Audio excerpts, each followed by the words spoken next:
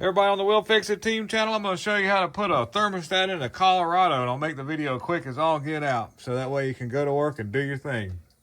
I've already gotten access to it, but let me tell you, you're gonna say, well, you don't need to do all that. When you may or may not have luck. I haven't got the thermostat off yet, but I'm just telling you guys, for the sake of it, the way you should do it so that this doesn't happen, because somebody else has been in this thing once before. Let's try and get this thing to go into focus here. See the bolt down here? Let me get a little better shot. See that bolt? This is the thermostat. This is where it's at, kind of in relation down in the hole. Alternator usually sits in this spot right here. You'll see it when you open the hood. Somebody's tried to it has done some thermostat work a long time ago, and that bolt's been cross-threaded for a long time. It hasn't leaked, but that's not how you want to do this kind of stuff. And let me tell you what, if it was me, because it's easy to do if you've got some of the necessary components, but I'd pull the fan out of the way, and the fan shroud comes right, the top half splits. If you look down over top, you'll see where the fan shroud will split. You can take those little clips right there, come off on both sides, and the top half will come off. And then you can just take I've got a tool, and I'll show you what it looks like for doing this. It uses an air hammer, but it looks like this right here. This is a pneumatic fan clutch set. I've had this thing for a long time, and it's not a high dollar one, but you can look that up, and that part number.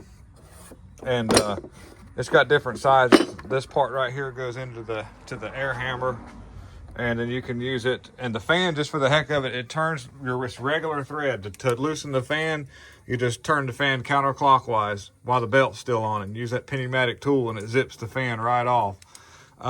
Then you can get the rest of the lower shroud out of the way. And it doesn't take long at all to do that. It's really not hard at all. I'm putting a water pump on this thing too, but if I were to do this thermostat, this is how I would do it. I would not try to go into that hole right there, because you're going to fight that for the same amount of time as it would be to move that out of the way, but then to have the outcome of that cross-threaded bolt because of the angle you've got to go into behind the alternator.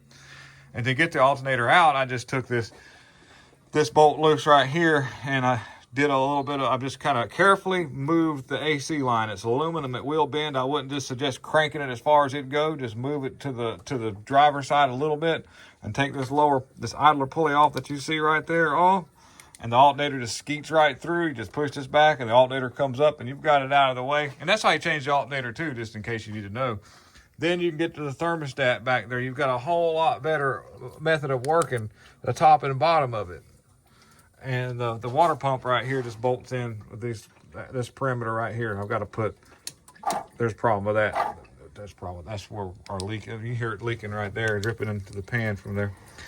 But that would be how I would do the thermostat. And just to give you an idea, I moved the battery too, just to give me a little bit of ease, because it's easy. This battery comes out so easy. It's so easy to take the battery out. And I just took there's a 15 millimeter bolt at the bottom of the alternator. That's down here. You got two at the top.